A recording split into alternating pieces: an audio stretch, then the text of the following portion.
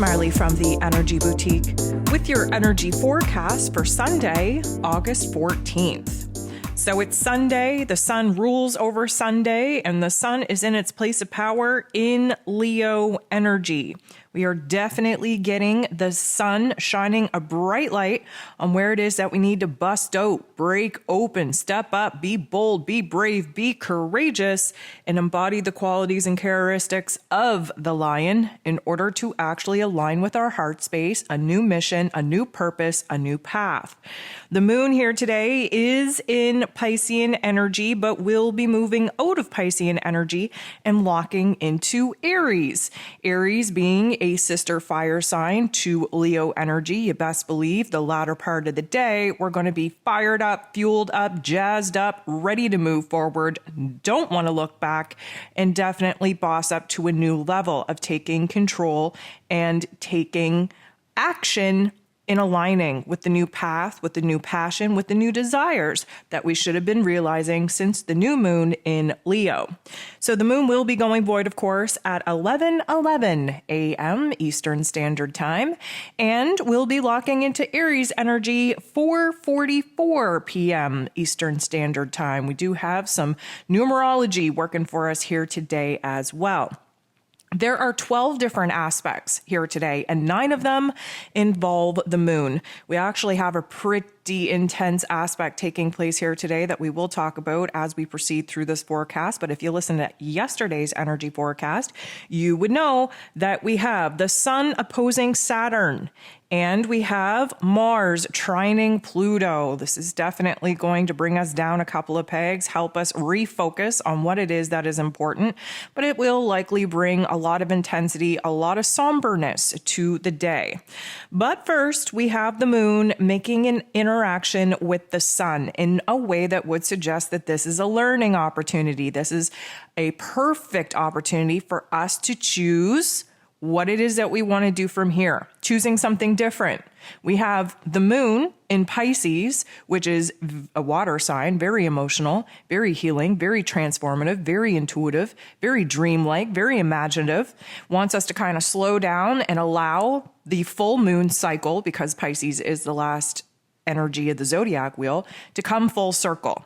And again, when we are bringing things full circle, we do have to kind of disconnect and disassociate in order to see how everything connects, how everything interlocks, where the spiritual lessons of the last lunar cycle have definitely hit home for us.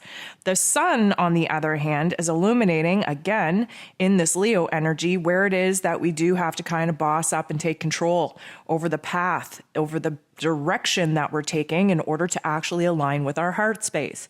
So this interaction would suggest that we are kind of getting a little bit of tension from the outside world in order for us to see where it is that maybe we've been stepping back too much, allowing things to fall together in a way that likely will not happen if we do not put our own life force energy behind it, and where it is that maybe we have been too aggressive in making things happen and running into walls and obstacles because of it.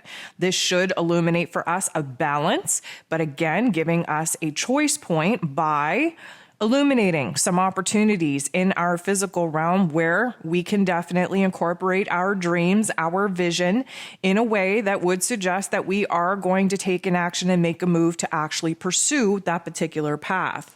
The moon will be making an interaction with Saturn as well. Now, this is definitely where we're going to get the wind kind of sucked out of our sails just a tad. The Saturn energy, the ruler over karma, over roles and responsibility, likes to bring us back down to earth, have us focus on our roles and responsibilities, on our commitments. There is a heavy weight that comes with that. We do have to get a little bit realistic with our thoughts, with our emotions, with our dreams. And again, this kind of, brings us down a couple of pegs. The moon goes ahead, though, and conjuncts, sits next to, teams up with, bumps into Neptune, who is retrograde in Pisces. Neptune rules over Pisces. So this is going to go one of two ways, and let me break it down for you. The very first way that could go is that we feel emotionally renewed, spiritually renewed, semi-content and complete. We could have a very strong intuition giving us insights on what it is that we need to do from here. We could have a true, clear vision of the dream, of the path forward. We could definitely gain a lot of insight that probably doesn't come from our outside world, comes from our inner world.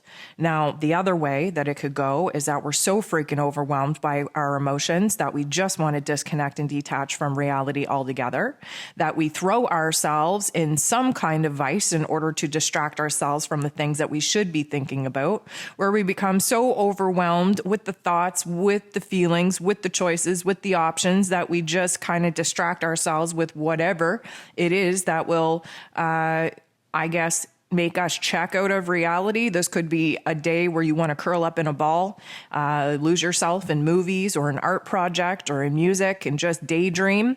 Now, there are pros and cons to that. Listen to your body and see what it is that your body is asking for. However, this is an opportune time to reach new levels of creativity and intuition in order to actually give us insight on how it is that we're going to solve some of the issues, some of the problems that we know are alive and well in our physical realm. The moon is going to sextile Mars, which is a beautiful energy because it means that somewheres along the way, we are bossing up. We are inspired. We are motivated. We are ready to focus in on what it is that we want to give birth to, what it is that we want to create. This is a beautiful energy for us to get a little bit more aggressive in aligning ourselves with the path that we need to pursue in order to reach our purpose, to reach our mission. The moon goes ahead and sextiles Pluto as well. Pluto and Mars both rule over Scorpio energy, and Scorpio energy transforms. Pluto being the great transformer, Mars being the god of war. We definitely have to take action in our inner realm to align our psyche with our heart space before engaging the physical body to actually take action and move in a direction that would allow us to pursue our new passions, our new desires. The moon sextiling Pluto takes place at 11:11 a.m. This is the last aspect that the moon in Pisces is going to make before going void, of course. This does kind of scream an inner transformation in our emotional realm, where we've had some aha moments, where we heal a little bit of some of the wounds that come right to the surface of us sitting in the funk and really examining our lives. This also could be very indicative of a new dream, a new vision, a new intuitive insight that will have us kind of transforming, if you will, our vision and our dream, our plans for the future. So the moon goes void. And again, when the moon is void, of course, it's very shaky, very unstable. Things are uncertain. We start to question everything. Things feel like they're falling apart. Anything that we thought we knew just a couple of minutes ago, suddenly we're putting on the chopping block to dissect, to pick apart, to just kind of see if there are other options available. It is not recommended at all to choose, to decide, to commit, to jump into anything while the moon is void. And while the moon is void, we actually have the moon interacting with the sun, this time in a very harmonious way. This does kind of let us know that the earlier interaction where the sun and the moon were kind of at odds, giving us a choice point, a decision point, where we did choose one thing over the other. And again, through the progress of the aspects in which we've just mentioned, there is a huge shift taking place in our inner realms that will precede the changes that we will start to see in our outer realm. So, the moon is always kind of highlighting the past, while the sun is kind of highlighting the future. And what we're left with is the moment in the here and now, where we are seeing where things are ending, what we're putting behind us, what we've healed, the growth that we've done, where we've improved. And then we kind of venture to look into the future of what we want to tackle next. We know that there's still some work to do. And the sun being in Leo gives us a lot of fire energy to go ahead and just jump in and tackle it. At 1:01 p.m., this is when the sun opposes Saturn. So the sun in Leo energy, Leo sits across from the Aquarian energy that Saturn is currently retrograde in. And I will be honest in saying that this could be the point in the afternoon, again, while the moon is void, of course, where things get a little bit shaky and uncertain. Negative Nancy narrative is coming back strong. We tend to get a little bit somber, a little bit serious. We tend to want to to doubt ourselves, the guilt, the shame, all that shadow work starts peeking up out of nowheres. Then we start realizing where it is that we're being blocked, or we're blocking ourselves, or where the challenges are, where the obstacles are. We get a little bit of a reality check, and a reality check never feels good. This particular energy is going to put us at odds with ourselves, and if we're not careful, with odds with the people in our lives, if we aren't strong enough or disciplined enough to keep our energy to ourselves. And of course, some of us leak that energy, that unstable, uncertain energy, out onto other people, projecting our instability out into the world, creating a little bit of drama that we do not have to create. So be very cautiously aware of your inner narrative, of your energy, of your attitude, of your vibe, and be careful not to share that and project that out onto other people. 140, we have Mercury making an aspect with Chiron. Now, this is not going to be a helpful aspect, especially after the sun makes this interaction with Saturn. Mercury, ruler of the mental plane, information, communication, and how we express ourselves, in his place of power in Virgo energy. Yes, it is supposed to be mind over matter, but we do have to understand that we're highly judgmental, super critical, especially of oneself, casting all kinds of judgment on ourselves in the world when we tap into the shadow elements of Mercury being in its place of power in Virgo. And doing this little bit of an awkward, uncomfortable dance with Chiron, the wounded healer, who is currently retrograde in Aries energy. This is really just going to be tough in the mental plane. First of all, we want to make a decision. We want to choose. We want to kind of commit to one path over the other. We can't do that. Decisions are hard to come by. There's too many details to sort out. We're not feeling strong in our mental plane or in our heart space or certain in our physical realm. And this can really highlight a lot of the insecurities, a lot of the doubt that are definitely coming up, especially seeing that we're getting triggered by that sun opposition to Saturn.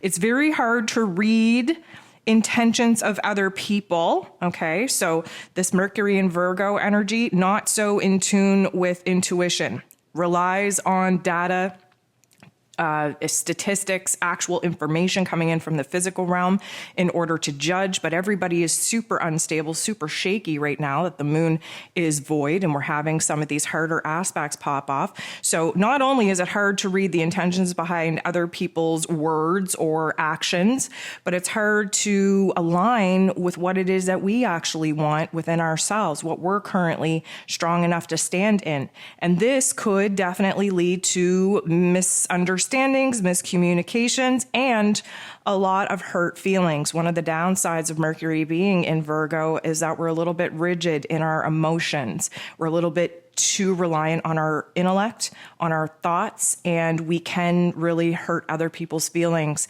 by being a little bit cold and rigid with our emotions.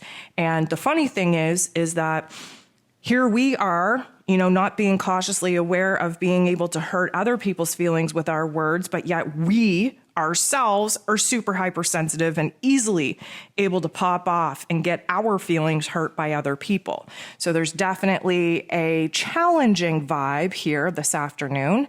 And then, like I said, the moon will be locking into Aries energy at 4:44 p.m. We do have Mars trining Pluto at 5:19 p.m., which is going to be a heavy energy, but it's going to try to help us get out of this funk. And here's why. We're super focused on what it is that we need to get away from, what it is that we need to be done with. This means that we're super focused on what we need to do to get away from said topics, themes, issues, people, situations. This means that we're putting the tunnel vision on. We are focused on our goals, focused on the path, focused on the direction that we need to take to get rid of some particular instances in our lives. And we get a little bit more decisive about the actions that we have to take, especially after, a couple of hours of sitting in that indecisiveness. Now we are a little bit more open, and we're more open to exploring some other options, some other alternatives that maybe we haven't considered before. And again, just keep in mind that Mars being in Taurus energy, we do have blinders on. And that's a great thing because it helps us focus, but it's also not a great thing because there could be other options and opportunities going on around us that we're just not even aware of because we have the tunnel vision on.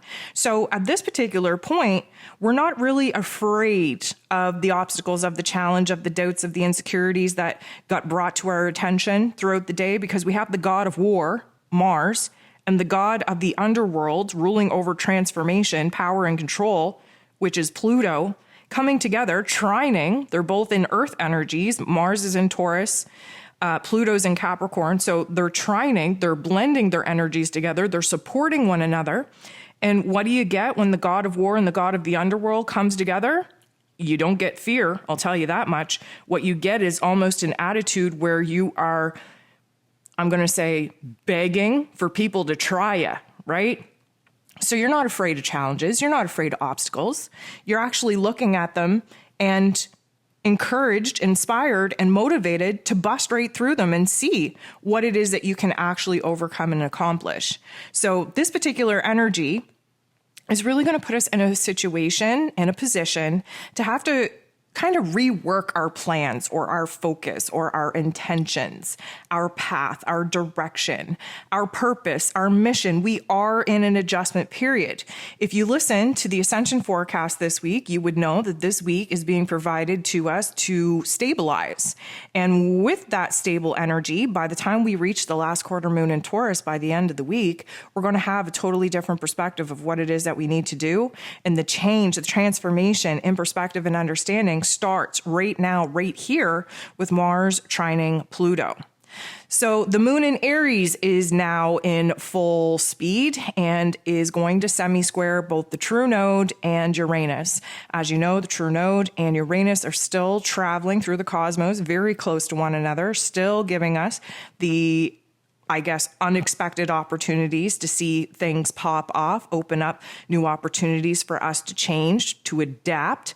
We're also seeing a little bit of a shake-up, a little bit of a wake-up in our thoughts and our emotions in order for us to gain a brand new perspective. We're having a lot of information downloaded to us that may not make sense at the moment, that will click in and kind of complete the puzzle, if you will, by the end of the week. But the moon in Aries kind of semi-squaring these two particular placements. It's a lot of irritability. The moon in Aries just wants to move forward. We don't care what happened in the past. We're cutting the cord with that. We're not looking in the rearview mirror.